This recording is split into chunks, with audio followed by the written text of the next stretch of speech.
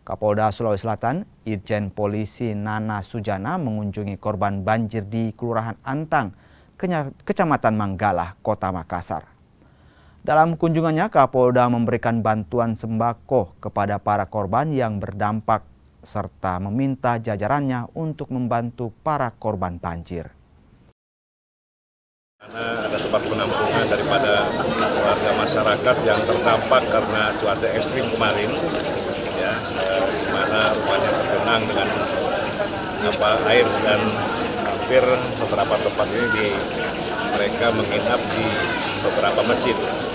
Jadi kedatangan kami dalam rangka untuk memberikan bantuan berupa sembako ini sebagai wujud kepedulian kami dari Polda Sulawesi Selatan, dan hari ini memang merupakan program daripada Bapak Kapolri.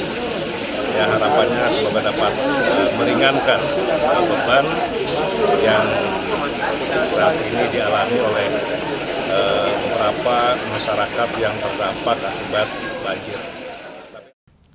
Satu rumah di Parepare, Sulawesi Selatan roboh usai diterjang tanah longsor.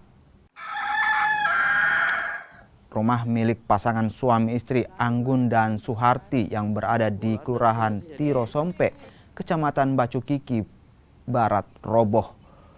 Bangunan bahkan bergeser 3 meter dari lokasi awal usai dihantam tanah longsor.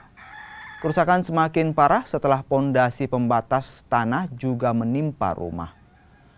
Beruntung saat kejadian penghuni rumah sedang berada di luar rumah.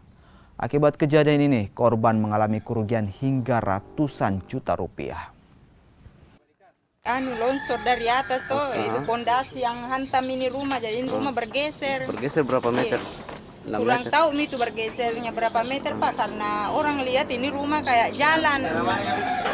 Mau tidak mau jalan karena ini kamarnya anak-anak, sedangkan kamarku yang di sini sudah tertimbun.